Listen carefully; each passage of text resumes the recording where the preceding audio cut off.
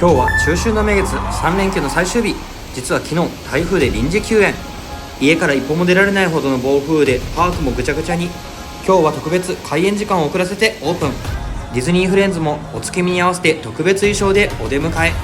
フォトスポットでは全てのキーホルダーを集めたつわものを発見。なんと総額2万以上。お客さんの中でも漢服を着ている人を発見しました。昨日の台風が嘘のように綺麗にされたパーク。連休最終日を楽しむために訪れたゲストでパークも大盛況。待ち時間はというと、白雪姫7人の小人マイントレインが90分、日川ピグレットのキャラベル150分、ズートピアのホットパシュートは意外にも90分と伸び悩み、カリブの海賊いつも並ばないのに50分、ファーリンは上海でもとっても人気、こちらも75分。ただまだまだ30度を超えて暑い。シャキーラのレモンシェイクは甘いのにちょっぴり酸っぱい、最高。いつ行っても楽しいパーク、当たり前じゃないんですね。今日も一日ありがとうございます。